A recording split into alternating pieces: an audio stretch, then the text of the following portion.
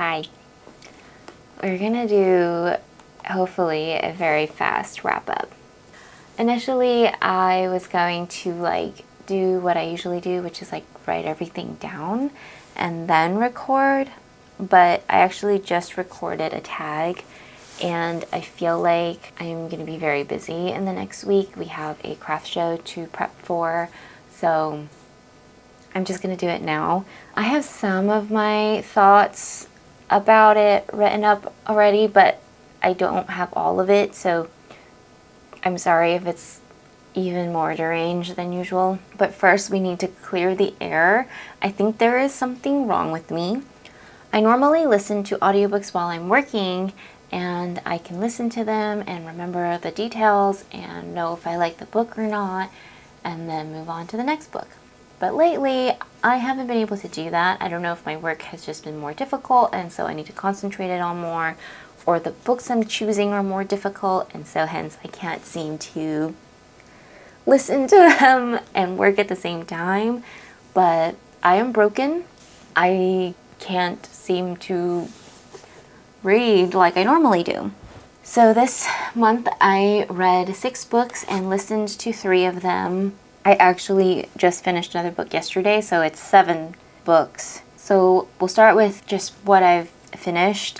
I'm not going to go too much into this first book because I've talked about it in my last wrap-up, but it is But What Will People Say by Sahaj Kaur Kohli. I think this book was done pretty well. I really did enjoy it.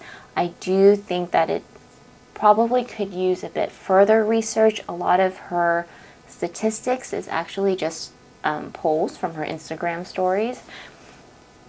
So I felt like the study group wasn't as defined, or as, I felt like it could be a little bit more controlled, just as statistics go. But it's pretty much half personal narrative, half self-help, and I did enjoy it a lot as a target audience, because I really do think it's mostly for children of immigrants, and just how different their lifestyle is as they are growing up. So that was good. The next book I listened to was The Alloy of Law by Brandon Sanderson. And so this is when I started to feel like I was kind of maybe not able to do audiobooks anymore, because I actually had to listen to this book twice to make sure that I got all the details and understood what was happening in the book. This is Era 2 of Mistborn, so if you've been a part of Era 1, you know that it is about a very technical magic system where you ingest metals, and only certain people can do that, and those metals will allow you to do certain things. So one is like push and pull other people. I think I probably should have had like a reminder of what all those were and all the magic systems before I got into this book, because in the first 3 books, Brandon Sanderson repeated a lot of what that magic system was, and because it's been about 2 years, I think, since I've listened to these books, I forgot a lot of it. But these books are actually set way further out in time, and it's more of like a Western feel, because you have guns and lawmen. And so, yeah, I felt like it was a little hard to keep up with for myself via audio, but I think I normally would have been able to keep up with it, because it's basically a mystery detective type novel, since our main character is Waximilian, and he is just known as Wax. He was a lawman, but something happened, and he decided that he was needed as like I don't remember if they called it a lord, but it was basically like he needed to be the head of his household now, and get married. And when he kind of starts doing the whole dating / being in public with his betrothed thing, so bad at this, she gets kidnapped, abducted, and he has to like solve the whole thing. He feels like he needs to solve the whole thing. His partner's name is Wayne, and I love Wayne. He's so funny. So yes, I think that I will continue this series. I'm just not sure. Hopefully I can just listen to it and listen to it twice, I guess, to get all the details. But so far, so good. Then I read A Fellowship of Bakers and Magic by Jay Penner. I did a video of all the self-pub books that I wanted to try to read in September, and I was able to get through 3 of them, this being the first one. I thought this was done pretty okay. It's very cute. The premise is the Princess Bride meets the Great British Baking Show, but I don't get the Princess Bride part, but it does have a cooking competition element in there. I would say that element felt a little smaller versus the other part, which is the main character feeling like she was second class, as humans normally are. I don't think I quite understood why that was the way it was, except just the only person who was really very concerned that she was a human was herself. And then maybe one other person in the book. So I didn't quite understand how... Okay, maybe 2 other people in the book, actually, now that I think about it. But yeah, I just didn't quite understand how she was so second rate when there's really only like so many people that was treating her so. Critically could have some thoughts that I think would probably come off really harsh. So I'm going to keep this to myself, but I think that the side characters were fabulous. I really enjoyed the descriptions of food, and overall it was a cute book. I just didn't really enjoy the main character. I found her to be a little bit annoying and very wishy-washy, and I didn't quite understand the decisions that she made. So yeah, I gave it 3 stars. Okay, the next book that I listened to was Crazy Stupid Bromance. This is part of the Bromance Book Club series that I started the month before. And I got it. It was off hold, so I started listening to it. I was able to get this book because I think contemporary romances are easier to maybe like just listen to while you're working for me. So this is a friends to lovers trope. However, they were only friends for a very brief period of time, like a couple months. So I'm not really sure if I would count that. Anyways, it was cute. It did have a lot of like talking about trauma and also grief of a lost parent. And I was listening to this book in tandem to reading another book that was also talking a lot about a grief of a parent. And just so you guys know, I lost my dad in November when I was 19 years old. So when it gets closer to the fall season, I try to not read too many books about dead parents because it makes me sad, of course, and which is fine. I think it's fine to be sad. I don't want to be sad. And so, yeah, I did not ding any points or stars because of that. I thought it handled it actually really well. I was just very overwhelmed with a lot of talk of like people, like missing people, which it, like I said, it did do it well. So I thought the romance in it was done well. I liked that they were pretty much opposites. We have the female main character who is super kind. She like will give the person the shirt off her back kind of kindness. And then we have the guy who is like, why would you do that? You would just get cold yourself. And he's holding on to a ton of anger from when he was growing up, and so he has to learn how to get over that, and she has to kind of learn how to get a backbone. So I thought it was a nice little companionship and match for the two love interests. And I did like the drama that was in the book, although I felt like it was done in a way that was like kind of, but anyways, I don't know if I would have been like her and so easy to forgive. I also read the 4th book. I did this physically reading of the Bromance Book Club. That one is called Isn't It Bromantic? That is actually my favorite of the 4. In the past 3 books, you'll see someone called the Russian a lot, and he kind of plays as more of a comedic relief. In like the 1st book and part of the 2nd book, there's a lot of like bathroom jokes with him. So I didn't really think I would like him as the main character. But in the 3rd book, you get to see him a little more, and they start talking about like, is his wife even real? And you kind of have this like, I don't know, is it? And the 4th book is a marriage of convenience trope, which I actually find I really like for some reason.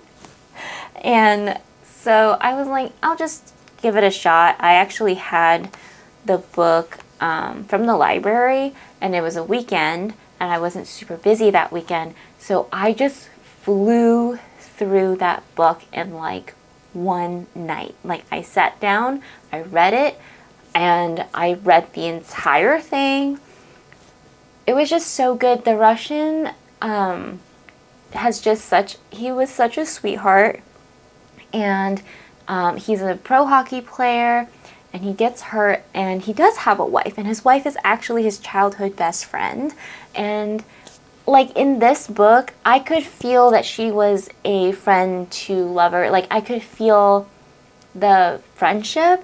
And I love that it would mention that, you know, when they were talking to each other, they would speak in Russian, because I could see how that was just something that's like natural to them.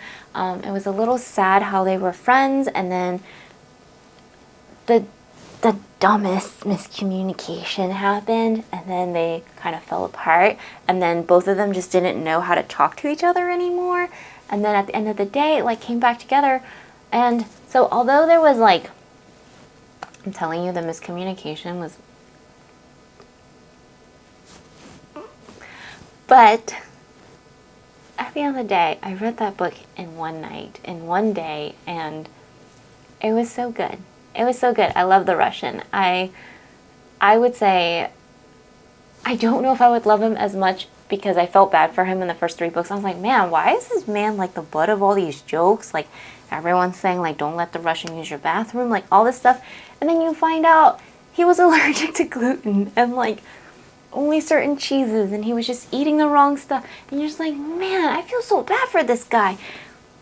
Like all his friends are always making fun of him, but then at the end you see like this group of friends just like really take care of him, and they were real great bros. And his, oh gosh, I thought that was a great ending. It's not the ending. There's one more book. It's like a Christmassy one.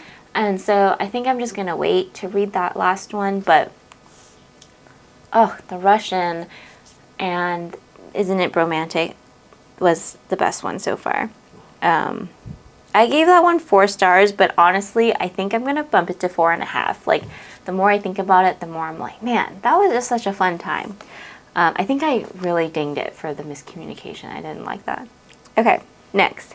The Good and the Green by Amy York. This was another self-pub book. The main character, Allison, she finds out that she is somehow connected to a great aunt. We'll say relative. There was a relative who passed away, and the way the law of this land works is that this land has to go to the next relative in line, and you can't do anything about it. You can't sell it. It's yours. It is what it is. And so she kind of lives in like the city part of this fantastical land, and her land is actually in more of like a small town, more rural area part. And she decides to take 2 weeks off and go and like upkeep the land, fix what needs to be fixed, and so then she can rent it out. I have a lot of notes and quotes. Maybe I should get my Kindle. BRB. Okay. Da-da-da! It says that it's a cozy romantic fantasy novel. Not cozy. Girl is grieving. And even though it's been 5 years since her dad passed, which I totally understand, she's grieving hard. She thinks about him all the time. Like, realistic. This is very realistic, and I don't fault it. I actually think that it's mislabeled by its own author because it is not cozy, but it talks a lot about grief. The main character and the main love interest just has a lot that they need to work through in order to be with someone else, honestly. And it's almost like she worked through it first, and then she's like helping the guy work through it. But yeah, so I highlighted a lot of the quotes because I felt that it described what I feel as a grieving daughter so well. So she's talking about, this is the very beginning. This is not a spoiler. They talk about this the very beginning. Her dad is sick. Okay? And she talks about how the treatment has failed. And now all Allison could feel was anger. Anger and clinging desperation to keep the man tethered to this world in spite of whatever forces conspired to rob her of him. Like, so honest and so true. She missed him so terribly. It felt like the walls were collapsing around her, the roof was gone, and the stars were tumbling down to the earth. Everything was falling and broken with nothing there to hold it up. This is not cozy. Was it written well? In parts. There was like definitely room for it to grow. This is me being super critical, guys. I'm not trying to be an asshole and just like tell you that self-pub books are not good. It's just this one was miscategorized, and then the pacing of the book could have been a lot better, but there are so many great writing spots in here that I think it's just like she just needed to take more time on the pacing of the book. The end of the book came a little abruptly, and honestly I didn't feel the romance part of it very much at all. It was very much like love at first sight, and just like I'm attracted to you, and I couldn't quite tell why, more than he like took care of her a little bit, and then I don't know why he would be interested in her either. And I don't know if I just missed something, but I didn't listen to this book, so I didn't miss it because I was a bad listener. But yeah, I thought it was done well. I gave it 3 stars because there's a lot of stuff in it that's could have been better. And I liked it. I did like it. I just don't know if I like it enough to keep going in this series. Maybe I'm just not nice. I'm just not a nice person. Another thing I read was Yona of the Dawn, number 41. Fantastic. Nothing more to say about that. I also read In an Absent Dream, which is The Fourth Wayward Children by Shauna McGuire. I was able to listen to this on audiobook. It took me a very long time to listen to it. Since it is a very short book, it still took me a couple days. In an Absent Dream is about one of the characters from the first book, and you follow this character in her youth as she finds a door and she lives through its world.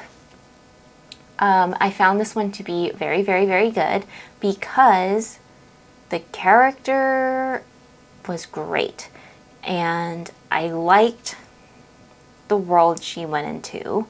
I liked the rules of that world. I thought it was very clever and witty and a little bit evil, which was a great mix. I totally found the character relatable when she talked about stuff like how this world was just easier to understand because there's rules and you go by the rules or you break the rules, and that's really it. And then you had to find ways for like a loophole, but if you could find it, then it was possible. And the ending is so bittersweet. It's actually quite sad, but the book was really good. I can't tell you too much more about it. Sorry. My last, well, it's not my last book because I technically finished Pure and Essie yesterday, so we're going to talk about that. But second to last is Letters to Half Moon Street, and this is by Sarah Wallace. This is also a self-pub book, and this was a book of just letters. Our main character writes to his sister, to his love interest, and he gets several letters from his brothers as well. Anybody else? And maybe his parents. And this is based back in like old English days, but it's a historical fantasy. So back in this day, in this world building, we have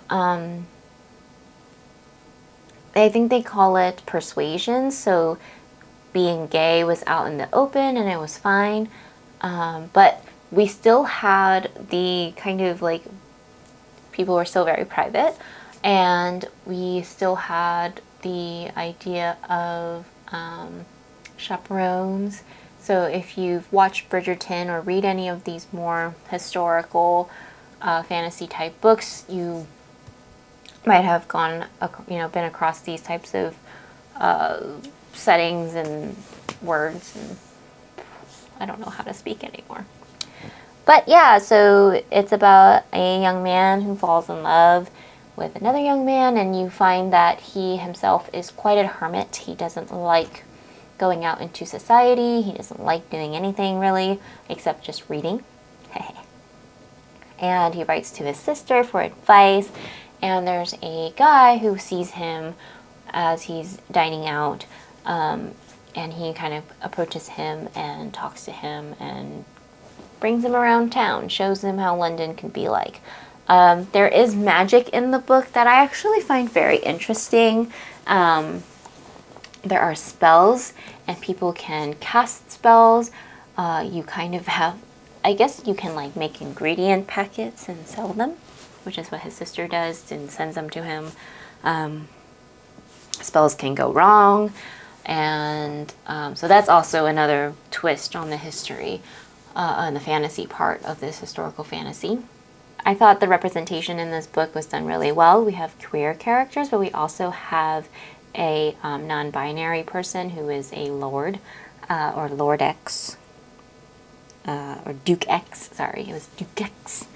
And so, yeah, it's done very well.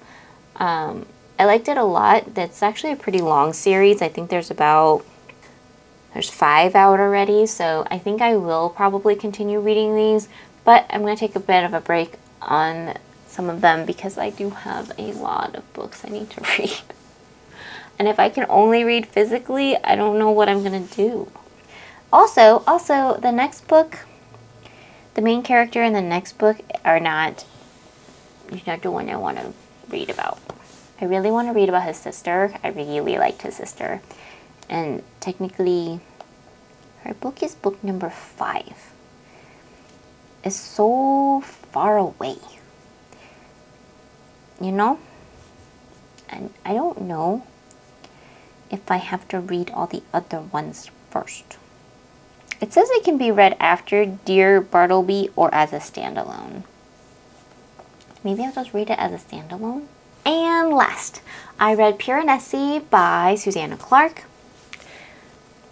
This is a book that is best to go into without knowing much of anything. The only thing you need to know is that one of my best friends told me to read it, and it's one of her best and favorite books this year. 2, it is on my top 10 books of the year. I like it less for its writing style, more for what it's making me think about all the time.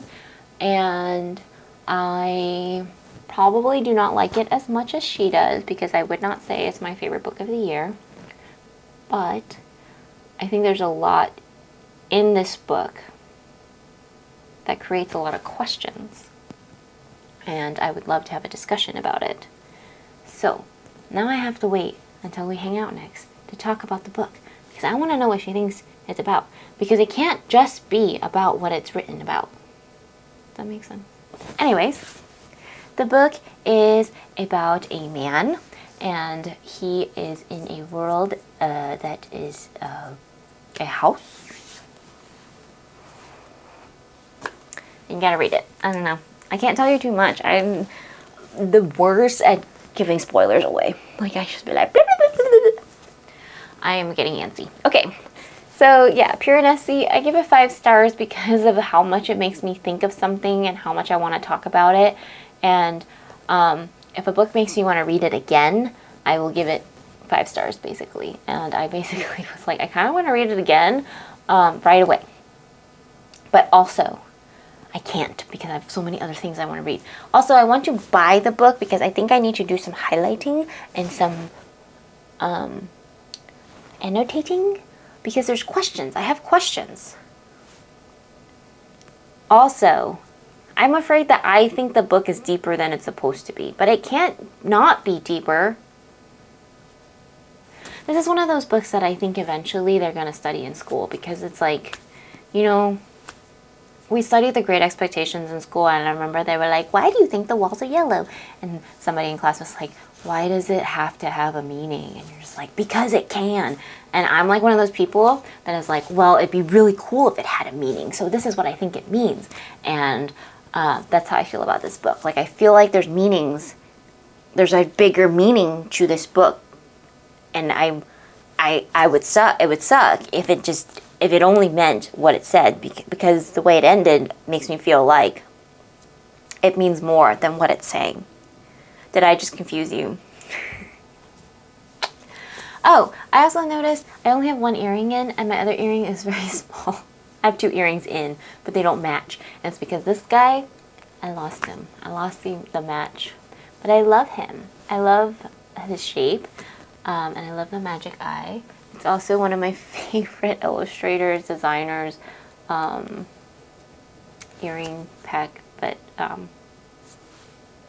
I lost it. I lost the other one, and I didn't want to wear any of the other ones because this matched my shirt. Anyways, yes, so that is the last book I read this month. Watching-wise, TV-wise, I rewatched White Collar. We were still going through that. We've basically stopped now at the rewatching phase because we got to a point where I don't know what to tell you, but my husband, I'm gonna blame it on him. He gets to a point and then he's like, I don't want to watch it anymore. And I'm like, okay. And I can tell I don't want to watch it anymore either because I'm like constantly on my phone. So we've stopped in the middle of White Collar. I want to say we're on like season 5. Oh, I watched a new movie. I don't remember anything else I watched, so I don't think it's that important. I did watch a new movie, and I watched Weathering with You. This is by the same person that did Your Name, which is one of my favorite movies, and Suzume, which is another one of my favorite movies. So I really wanted to watch it, and I did, and I thought it was done very well. I still think I like Suzume and Your Name more, which is not surprising because the characters are younger, and so they make decisions that young people would make, and that drives me crazy. But I did like the magic in it. It's like, it has little guest stars from Your Name, but the magic in it is that the girl is our sunshine girl. She's able to create weather that is sunny, whereas right now Tokyo is going through just like rainstorm after rainstorm after rainstorm, and it's like a really nice movie about how weather affects a person's mood and how they feel. So, okay, some people think it's a movie about climate change. Some people think it's a movie about how the weather makes you feel.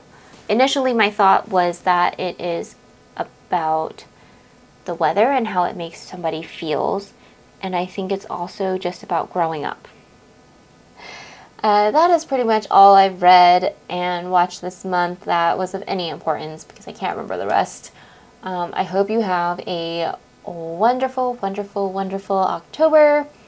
Happy binging, happy reading, happy snacking, happy binging, happy.